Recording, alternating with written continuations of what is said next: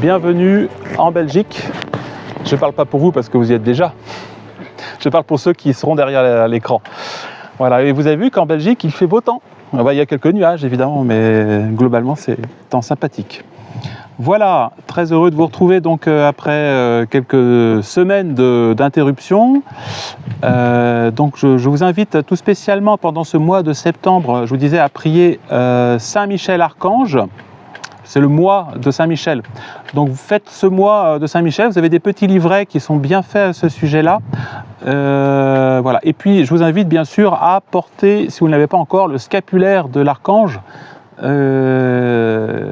pour que vous soyez protégés, que vous fassiez partie de la milice de l'Archange. Voilà.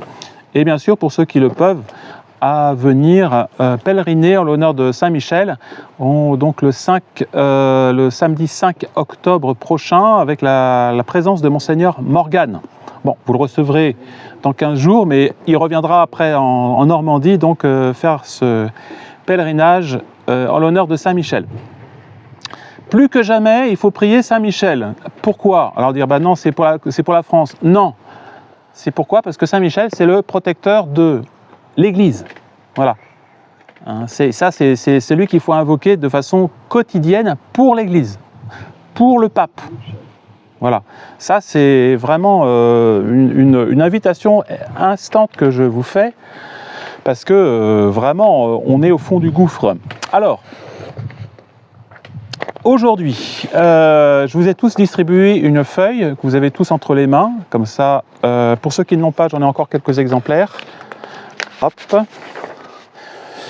Comme ça, ça vous empêchera de vous endormir. il y en a encore quelques-unes. Et voilà. Alors, c'est un sujet très important. C'est donc la question de l'Église catholique. Nous sommes catholiques et nous avons besoin de savoir où se trouve l'Église catholique. Voyez ? Et qu'est-ce qu'on entend aujourd'hui par Église conciliaire? Qu'est-ce que l'Église conciliaire? Et puis, maintenant, on commence à voir de plus en plus la contre-Église, à savoir l'Église satanique. Voilà. Donc, cette feuille-là que je vous ai distribuée, vraiment, c'est un très bon résumé théologique de la situation. Voilà. Vous avez donc les trois schémas, la véritable Église du Christ, la nouvelle Église ou Église conciliaire et la contre-Église.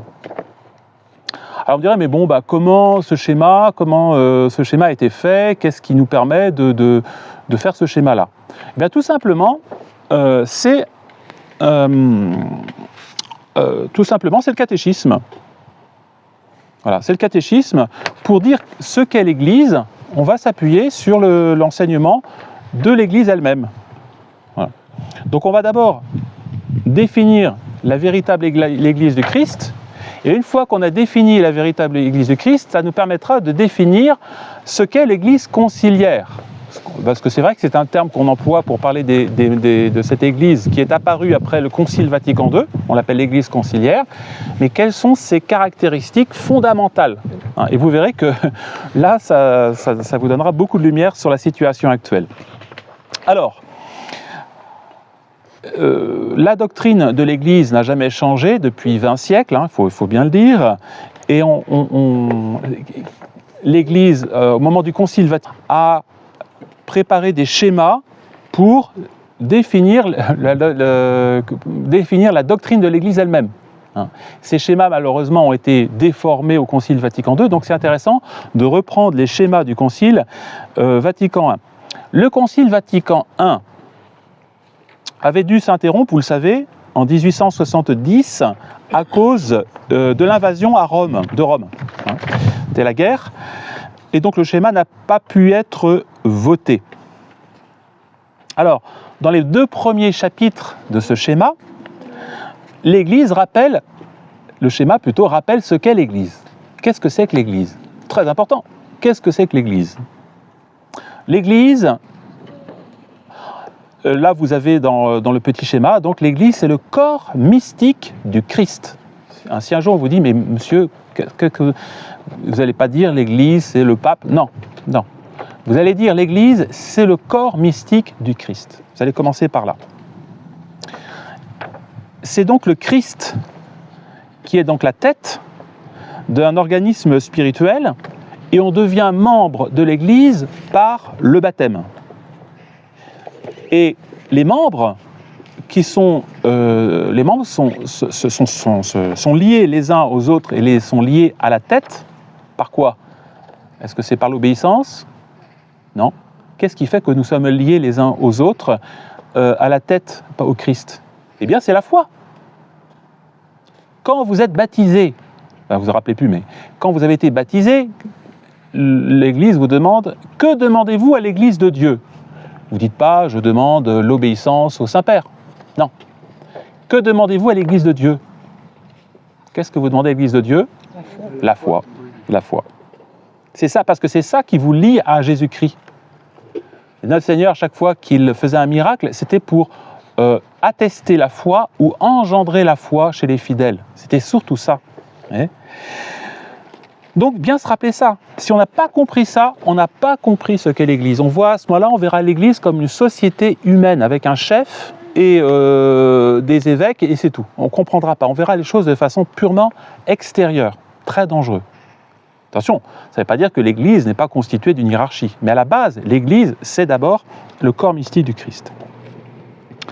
C'est une société donc qui est fondée par Jésus-Christ, qui vit toujours par Jésus-Christ.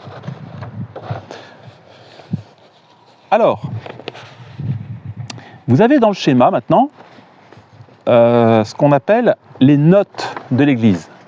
Nota, les notes nota en latin, c'est façon de reconnaître, de connaître, je connais. Vous dites à quelqu'un, comment vous allez faire pour reconnaître l'Église du Christ avec une fausse Église? Par exemple, l'Église catholique avec l'Église les protestants, les témoins de Jéhovah, les mormons, et puis les conciliaires aussi. Eh bien, les notes, il y en a 4. 4 notes. 4 notes, vous les avez là. L'unité, en gras, l'apostolicité, catholicité, sainteté. Les 4 notes de l'Église, c'est « Je crois à l'Église une, sainte, catholique et apostolique ». Voilà. Si vous voyez ces 4 notes dans une Église, eh bien vous pouvez vous dire « Oui, c'est l'Église de Jésus-Christ ». Ça va, c'est clair là? Alors, ce qui est intéressant, c'est que la philosophie va nous aider aussi un petit peu pour voir que ces 4 notes qui définissent l'Église, en fait, correspondent aux 4 causes. Qu'est-ce que c'est que les 4 causes en philosophie?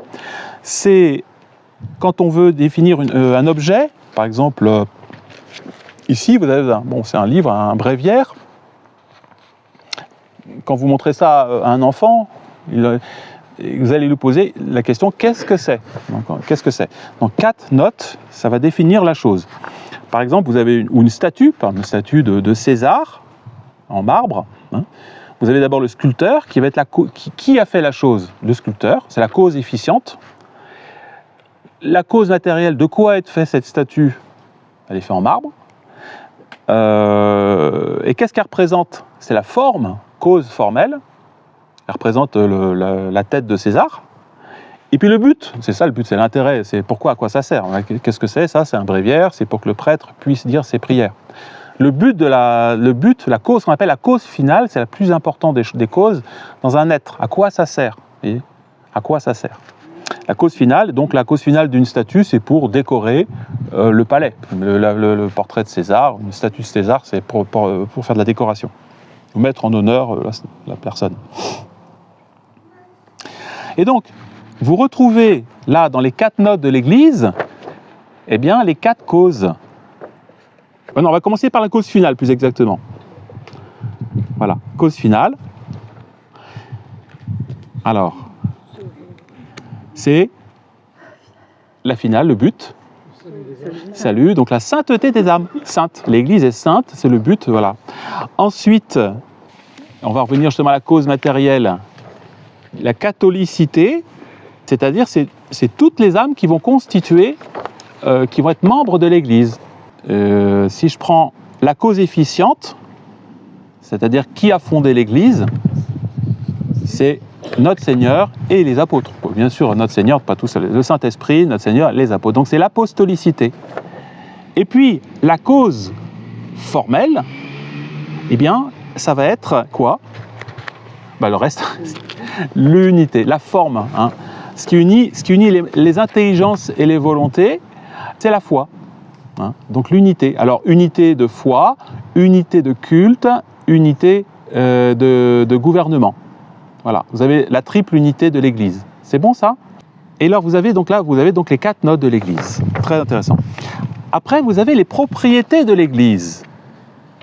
Elles sont moins perceptibles. Hein. On voit d'abord l'unité, une sainte catholique et apostolique. Maintenant, il y a d'autres propriétés. Alors, par exemple, elle a 2 propriétés. Là, on la voit. C'est une société qui est, alors vous avez légale, c'est-à-dire que elle a reçu, le Christ a donné à l'Église une constitution qui est immuable. Voilà, immuable. Elle peut bien sûr être sujet, bien sûr, à des épreuves, mais elle ne changera pas dans sa structure essentielle. Elle est immuable. Et puis l'autre note, c'est qu'elle est indéfectible. Alors qu'est-ce que ça veut dire indéfectible? Non, elle ne peut pas périr.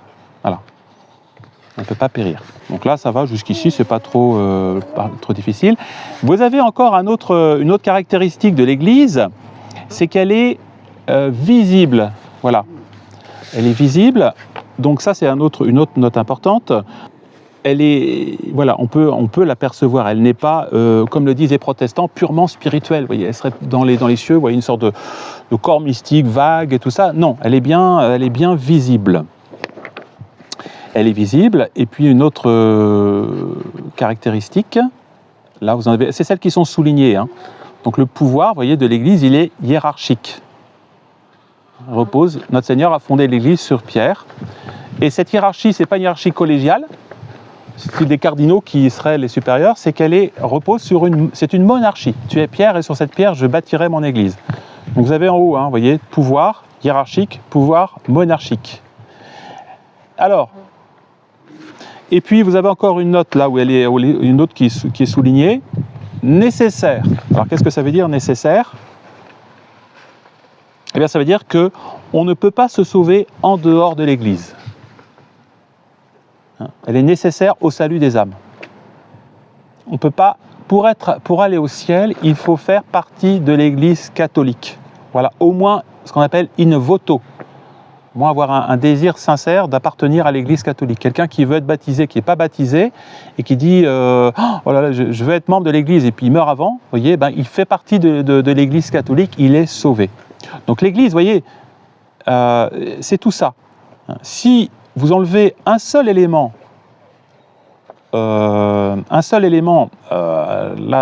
important, l'Église disparaît. Et j'oubliais, ah bah oui, il y a un élément particulier sur lequel beaucoup se chamaillent, c'est la question de l'infaillibilité du magistère. Vous avez vu là? Donc, pour maintenir l'unité de la foi, Dieu a donné au pape et au magistère, ordinaire universelle, une infaillibilité pour pouvoir transmettre justement le dépôt de la foi jusqu'à la fin des temps, pour que les fidèles puissent toujours bénéficier d'un enseignement authentique. Sinon, s'il n'y a plus d'infaillibilité, il y a un moment ou un autre, les esprits vont se diviser, les volontés vont se diviser, et puis voilà. Donc, je ne vais pas rentrer dans le détail, mais disons, c'est une caractéristique importante. Et puis, vous avez en bas la relation de l'Église du Christ avec les États. Alors ça, c'est une question très importante. Parce que les États, ce sont des sociétés, cette fois-ci humaines, et l'Église, évidemment, étant une société visible, hiérarchique, elle va avoir forcément des rapports avec les États, ou avec toute forme de société. Quels doivent être les rapports de l'Église et de l'État? Là, on entre dans un sujet éminemment important. Eh bien, il faut rappeler que donc l'Église est une société parfaite. Donc là, c'est souligné, parfaite. C'est-à-dire qu'elle est capable de subvenir elle-même à sa propre fin. elle n'a pas besoin de l'état civil pour arriver à sa fin. C'est-à-dire, la fin de l'Église, c'est le salut des âmes. Est-ce que l'Église a besoin de l'état en soi pour amener les âmes au ciel? Non. Elle a tout ce qu'il faut. Elle a les sacrements, elle a la doctrine, elle a les grâces nécessaires pour amener les âmes au ciel. Hein. Et donc là, ça va tout contre ceux qui disent que l'État va compléter ce que l'Église ne peut pas apporter aux âmes. Non, c'est impossible. C'est même l'inverse. Et donc, elle est suprême. C'est-à-dire, en ce qui concerne le salut des âmes, elle est la seule à pouvoir trancher ces questions-là. Si l'État dit « Ah oui, le dimanche, voilà, qu'est-ce qu'on fait? Est-ce que c'est férié? Est-ce que c'est pas férié ?» L'Église va dire « Non ». Elle va obliger l'État, en quelque sorte, à faire que les gens puissent sanctifier leur dimanche, ne pas travailler. Vous voyez, elle sera suprême dans cet ordre-là. Bien sûr, s'il s'agit de construire un pont ou une route sur un endroit, l'Église, non, elle va pas, c'est pas son domaine. Mais quand il s'agit d'un domaine moral, spirituel, voilà, l'Église devra trancher, c'est elle qui tranchera par rapport à l'État, qui sera supérieure à l'État. Société parfaite, voilà. Et donc là, et d'ailleurs, c'est ce que dit le Concile Vatican I, si quelqu'un dit que l'Église n'est pas une société parfaite, mais un simple groupement, ou bien qu'elle se trouve incluse dans la société civile ou dans l'État au point d'être soumise au pouvoir séculier, qu'il soit anathème. Vous voyez, si on considère l'Église comme je sais pas, ici en Belgique, l'Église comme une société, juste un groupement d'individus que l'État doit surveiller, eh bien, si on considère que c'est normal comme situation, eh bien, qu'il soit anathème. On n'est pas catholique. Ben oui, parce qu'à ce moment-là, vous remettez en cause l'aspect parfait et indépendant de l'Église catholique. Et c'est pour ça d'ailleurs que c'est très important, vous voyez, de se battre pour l'indépendance, la liberté de l'Église catholique. Parce que vous voyez, moi je vous parle librement. Malheureusement, il y a beaucoup de prêtres, même dans la tradition, qui ne parlent plus librement, parce que ils sont sous l'influence des autorités civiles ou du pouvoir séculier. L'Église doit garder sa liberté. C'est pour ça que dans les premiers siècles, il y a tous ces papes martyrs, parce que justement, ils voulaient garder l'indépendance de l'Église par rapport au pouvoir séculier. La tentation du pouvoir séculier, c'est de mettre la main sur l'Église, cette société divine, pour pouvoir la manipuler. Ce qu'on appelle le gallicanisme ou toutes ces formes où le pouvoir séculier va essayer de s'arroger un pouvoir spirituel. Voilà. Alors aujourd'hui c'est pire encore parce que la République estime que elle est même l'Église d'une certaine façon n'existe pas. Voilà la véritable toutes les notes, toutes les caractéristiques de la véritable Église du Christ. Je pense que là vous en avez appris pas mal. Je vais y revenir maintenant dans la deuxième partie qui concerne la nouvelle Église. Alors, qu'on appelle Église conciliaire. On va dire, mais monsieur l'abbé, pourquoi vous nous parlez de nouvelle Église? Benoît XVI disait qu'il n'y avait pas de discontinuité entre l'Église après le Concile et l'Église avant le Concile. C'est vous qui vous faites des idées, voilà. Bon, je pense que maintenant, avec le recul des choses, on voit clairement qu'il y a une rupture. Il faut être un peu, excusez-moi, un peu neuneux pour ne pas voir qu'avant l'Église, avant le Concile et l'Église après le Concile, c'est quand même très différent. Il y a deux Églises différentes. Voilà. Mais bon, c'est bien un peu de mettre en évidence cette rupture ecclésiale. Et d'ailleurs, cette rupture ecclésiale, elle vient. Je dis parce qu'il y a ces schémas préparatoires du Concile Vatican I qui devaient normalement être repris et puis définis. Ils ont tous été balayés par le Vatican I. Les schémas, là, ce que je vous ai lu, c'est les schémas préparatoires de Vatican I. Après, il y a eu d'autres schémas préparatoires, mais ces schémas préparatoires, voilà, de Vatican I n'ont jamais été repris. Donc ça, c'est très, très révélateur. Alors, l'Église conciliaire, déjà, dire qu'il y a une nouvelle ecclésiologie, qu'il y a une nouvelle façon de parler de l'Église, c'est déjà absurde, parce que l'Église ne peut pas changer de doctrine sur elle-même.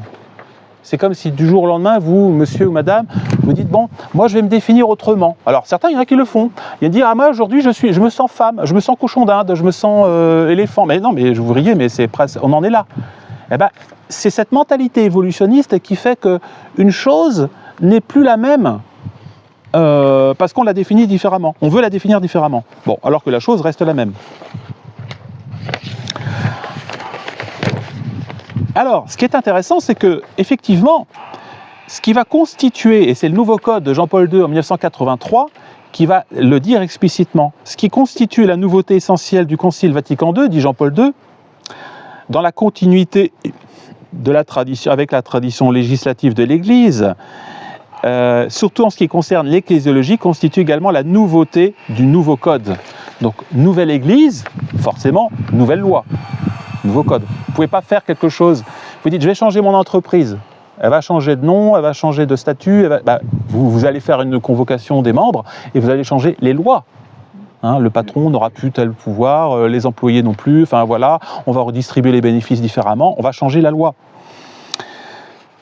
Alors évidemment, là c'est très hypocrite de dire qu'il y a une continuité avec la tradition législative. Non, au contraire, il y a une nouvelle ecclésiologie.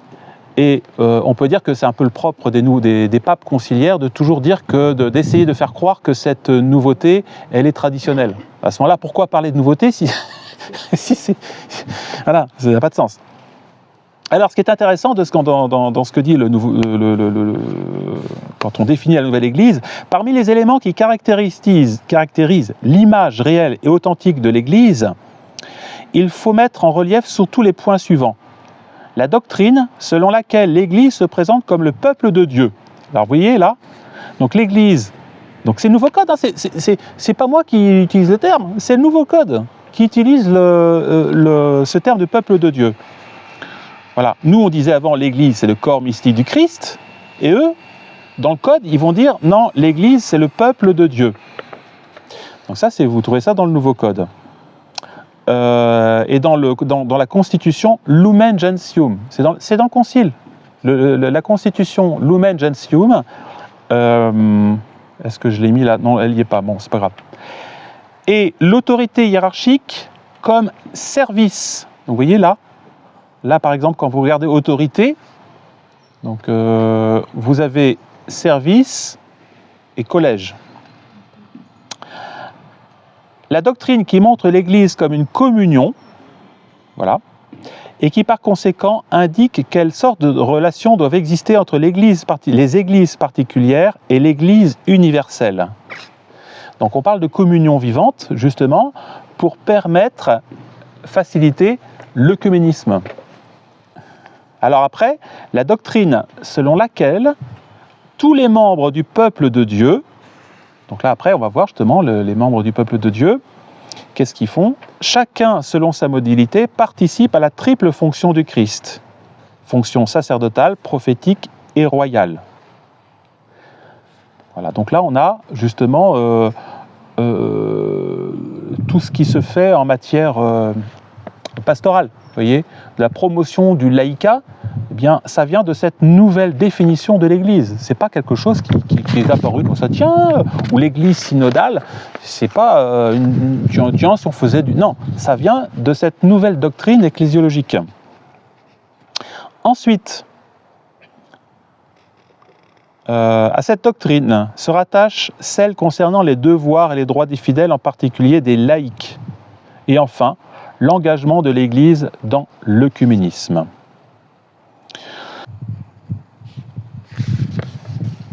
L'idée, vous voyez, c'est de ces modernistes, parce qu'au fond, d'où vient cette nouvelle Église? Elle vient du modernisme.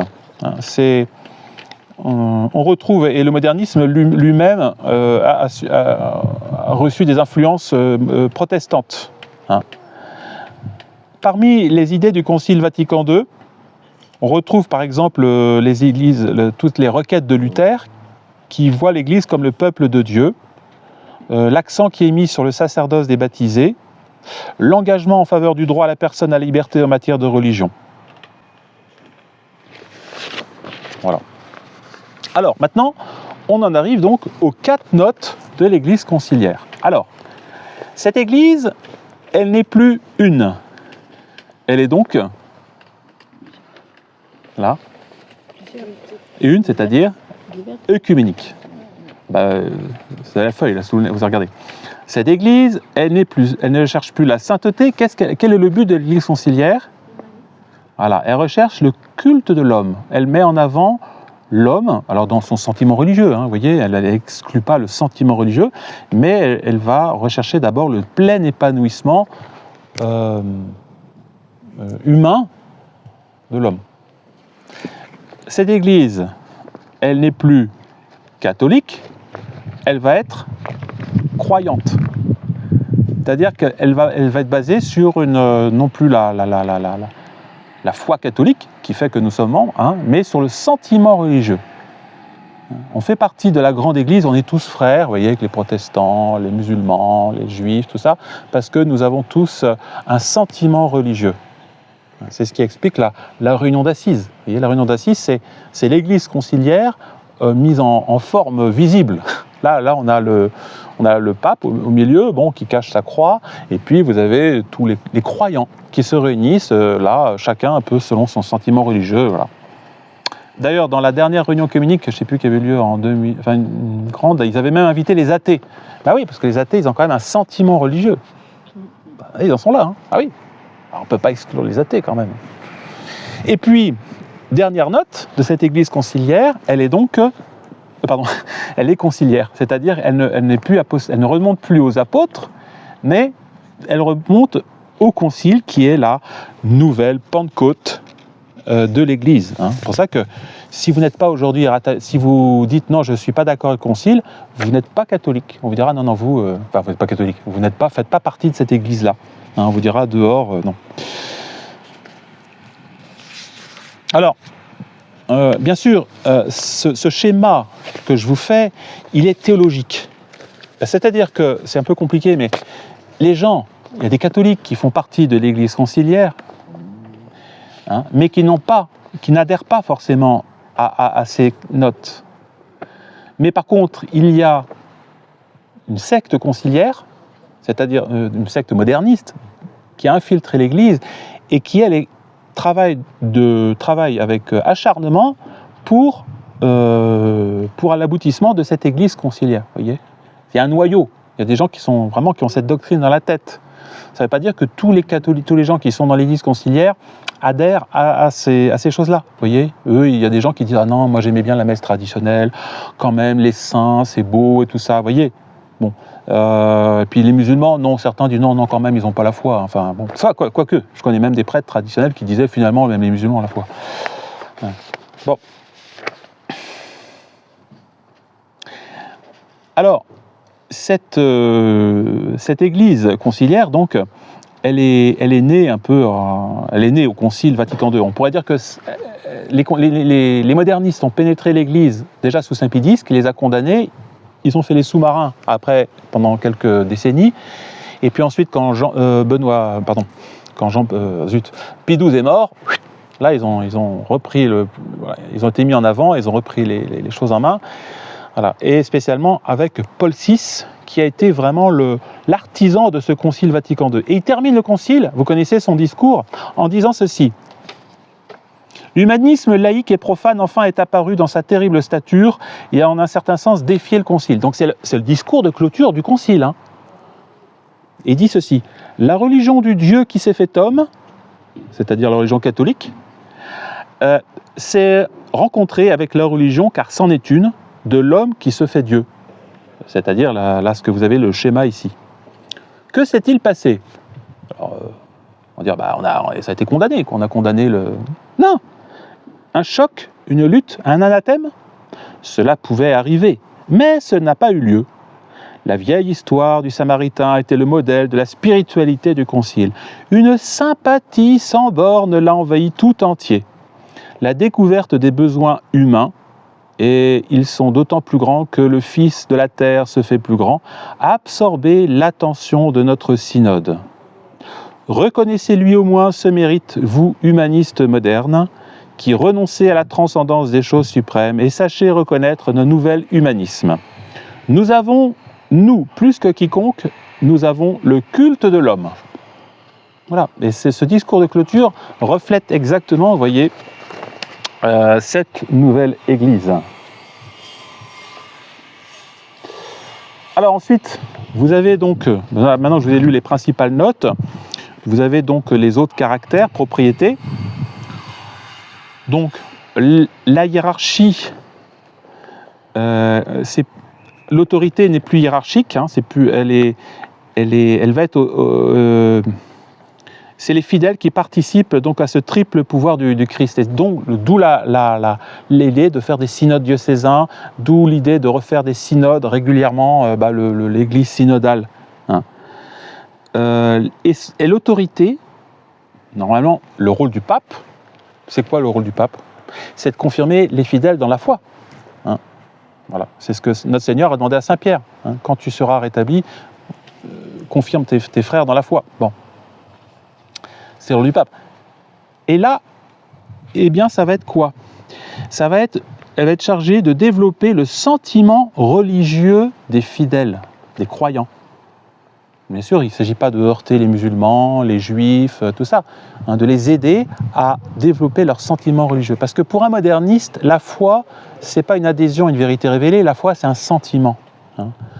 Donc, il faut bien comprendre qu'à Rome, on a affaire à des modernistes qui ne cherchent pas à nous confirmer dans la foi, mais à simplement développer en nous le sentiment religieux. Là, par exemple, vous êtes tradis, vous aimez la messe traditionnelle. Donc François, il va vous dire « Oh oui, la messe traditionnelle », enfin je sais pas, je pense pas François, enfin plutôt certains, vont dire « Oh oui, la messe traditionnelle, oui c'est bien, oui, restez traditionnaliste, hein, mais acceptez à ce moment-là ceux qui ont d'autres sentiments religieux, les charismatiques, voilà. » Oui. On va arriver parce que le sentiment, c'est pas la raison. Donc il va se diviser. Donc l'autorité ne va pas être chargée de maintenir l'ordre, c'est-à-dire le culte dans son intégrité, la foi dans son intégrité, et de maintenir la véritable soumission à l'autorité. Hein. Et donc l'autorité va être un ferment de destruction. L'autorité va détruire la foi. Et c'est pour ça que souvent les sévacantistes disent « Ah, mais c'est pas possible, ce sont des ennemis de la foi. » Mais oui, c'est des ennemis de la foi.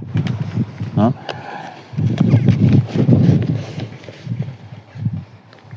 Alors quand même, je dis, mais ils vont quand même essayer d'éviter la complète désagrégation de l'Église, parce que l'Église conciliaire en tant que telle, elle n'est pas viable. C'est une corruption, évidemment. Alors, ils vont maintenir quoi? Eh bien, l'autorité va chercher à maintenir la communion des fidèles. Comment ça? Ce n'est pas une communion surnaturelle dans la foi, dans l'espérance, dans la charité, mais un regroupement derrière la personne du pape. Ah, vous êtes contre le pape. Vous n'êtes pas en communion avec le pape. C'est classique. Moi, j'arrive dans une chapelle, le curé va dire « Ah, mais est-ce que vous êtes en communion avec le pape ?» Ben, moi, je suis catholique. « Non, mais d'accord. Mais est-ce que vous êtes en communion avec le pape ?» Oui. Pour eux, c'est ça qui compte. Vous voyez ? Donc, ça va être ça. L'argument, donc c'est pour ça que l'Église conciliaire va être de plus en plus tyrannique, fausse et tyrannique. Et cette autorité aussi, elle doit s'exercer de façon collégiale à tous les niveaux. Hein, puisqu'évidemment, elle doit tâter le pouls des fidèles ou des croyants pour essayer de faire un consensus. Donc, elle va essayer de faire des synodes pour qu'à telle époque, on fasse sortir le ressenti religieux et en faire une synthèse. C'est ça le but des synodes, c'est d'essayer de fédérer le sentiment religieux. Et puis, par rapport à l'État, alors là, voilà, très grave. Par rapport à l'État, l'Église ne réclame plus d'être une société parfaite et suprême. Et c'est pour ça que vous avez les évêques de France, de Belgique, tout ça, tout du monde entier, qui, à chaque fois que l'État commence à dire « On n'est pas content contre vous », il s'écrase. Ça fait partie, c'est pas accidentel, ça fait partie, je dirais, de l'esprit de l'Église conciliaire. Et donc, ce qu'elle va demander simplement à l'État, c'est la liberté religieuse. S'il vous plaît, laissez-nous en paix. Vous voyez, dans notre petit coin. Vous voyez ? Jamais est-ce que vous allez entendre un évêque de France qui va dire, bon, maintenant l'avortement, tous ceux qui ont voté la loi sur l'avortement, excommuniés. Non. Non, mais c'est pas bien, il est chrétien, il n'aime pas trop. Voilà. Ou comme l'histoire de la profanation de la Sainte Seine là, pendant les Jeux Olympiques. Zéro, rien, pas une seule réaction. Pas une seule réaction. Ou quasiment rien, quoi. Et ça vient de, là encore, hein, les textes, ça vient de Vatican II. Que demande-vous cette Église après 2000 ans bientôt de vicissitudes de toutes sortes dans les relations avec vous, les puissances de la terre? Que vous demande-t-elle aujourd'hui? Elle vous l'a dit dans un des textes majeurs de ce concile, elle ne vous demande que la liberté. Voilà. Alors tout à l'heure, je vous disais, oui, il faut que l'Église défende sa liberté. Oui, mais parfois avec autorité.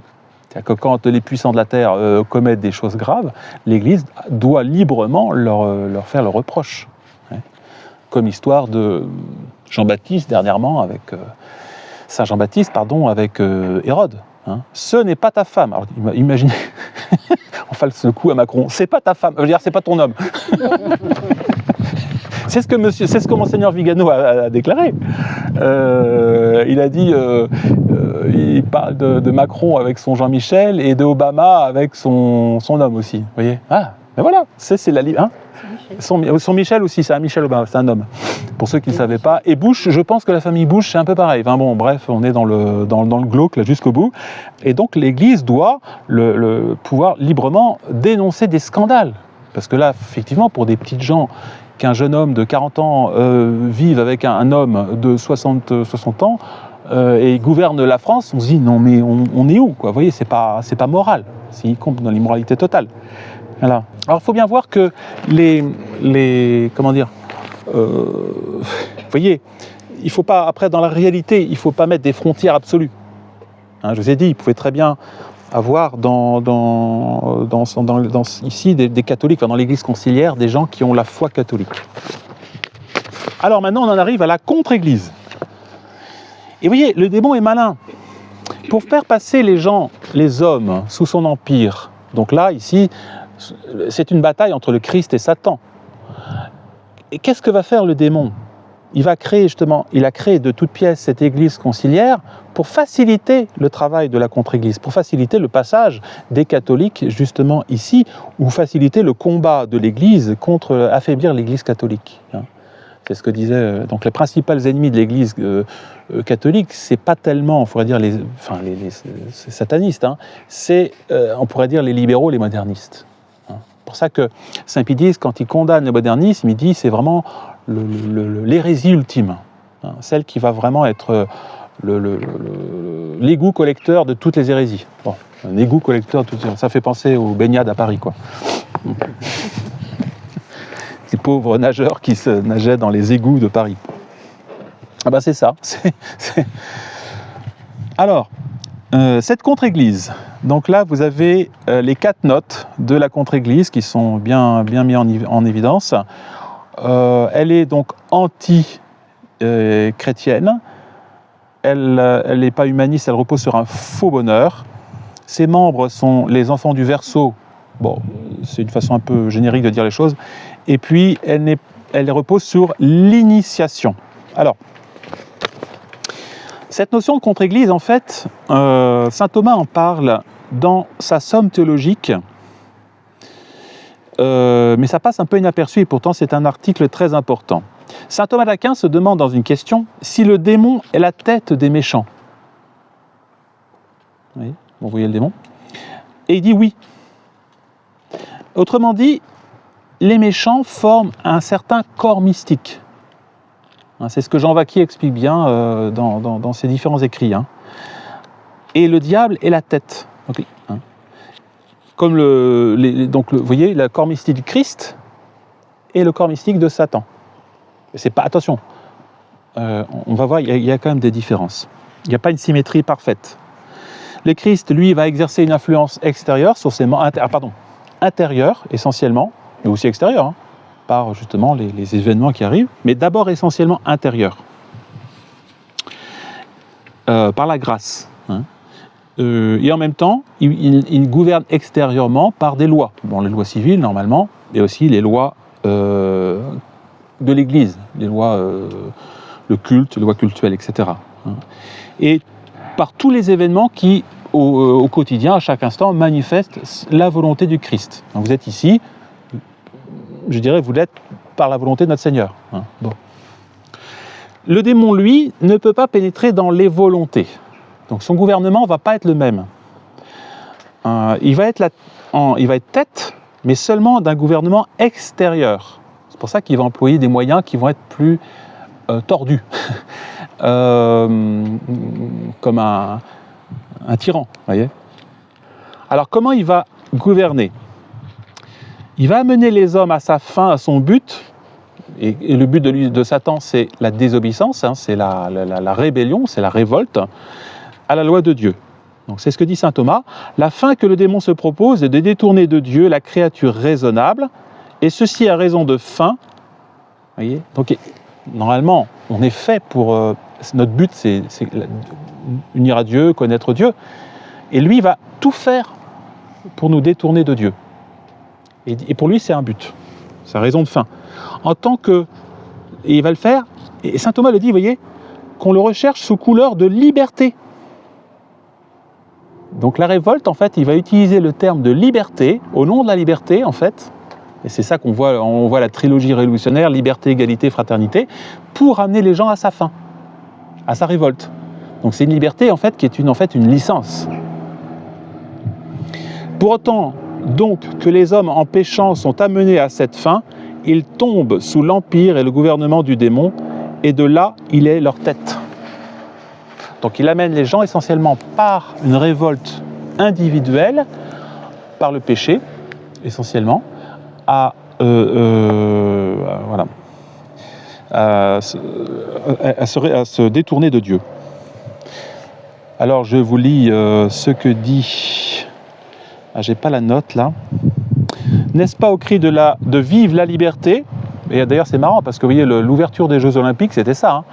Vous avez toutes les scènes de la Révolution française avec la Marie-Antoinette guillotinée, la tête tranchée, des symboles sanglants. N'est-ce pas au cri de vive la liberté qu'on a vu se perpétrer tous les attentats et tous les crimes contre Dieu, contre l'Église et contre toute autorité légitime voulant commander en leur nom?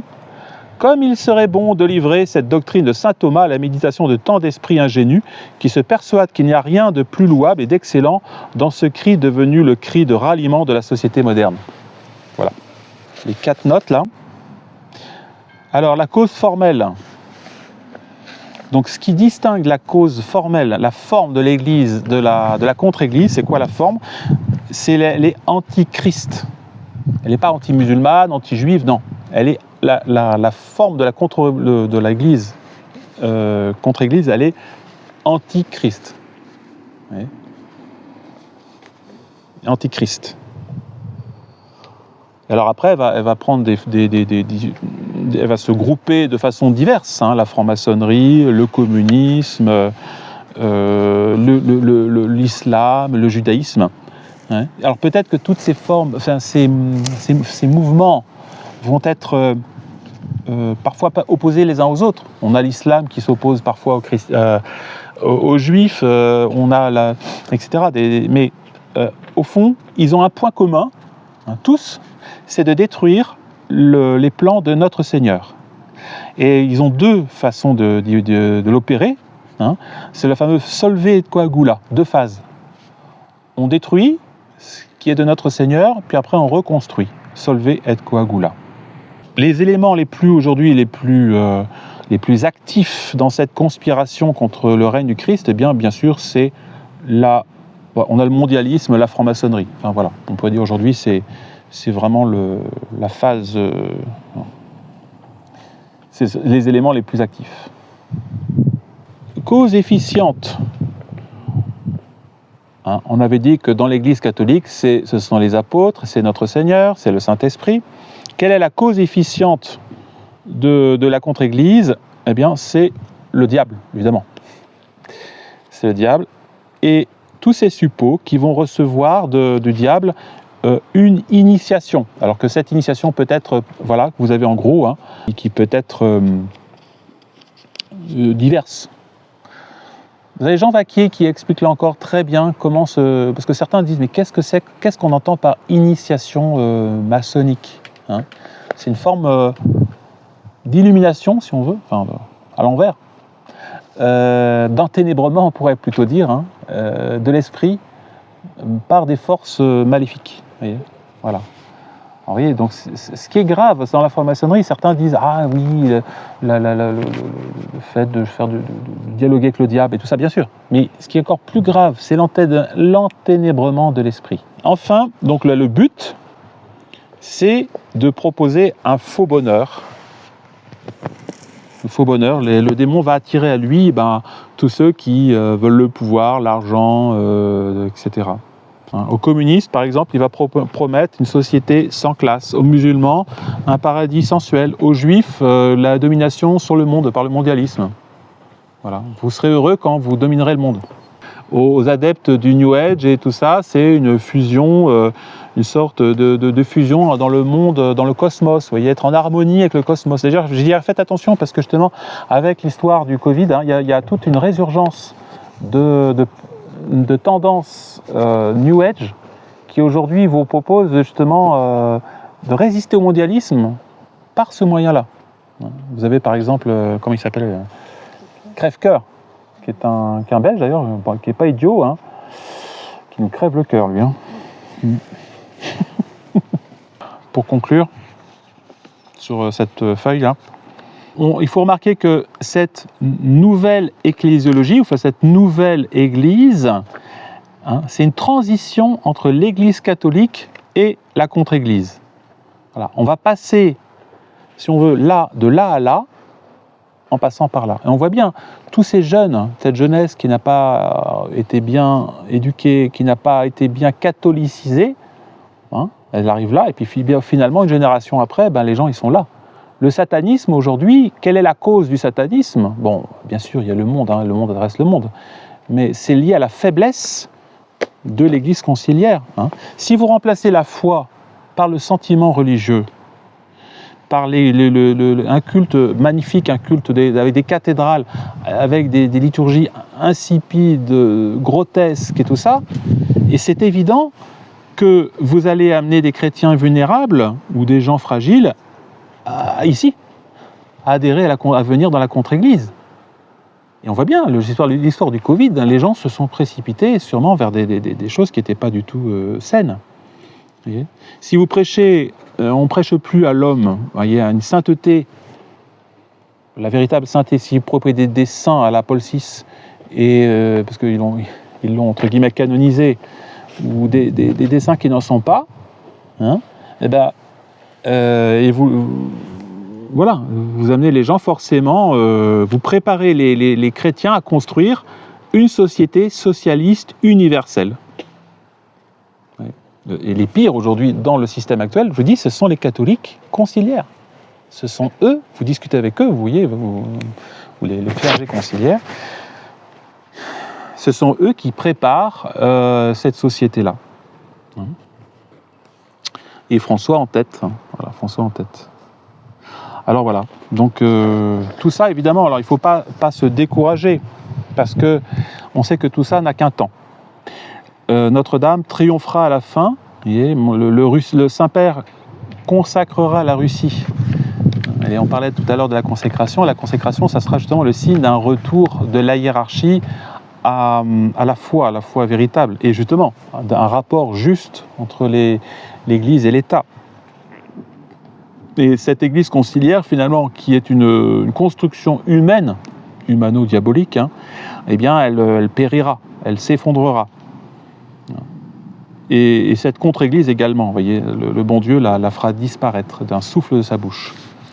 Donc voilà pour cette feuille, j'espère que, comme ça, vous voyez, gardez-la précieusement, et puis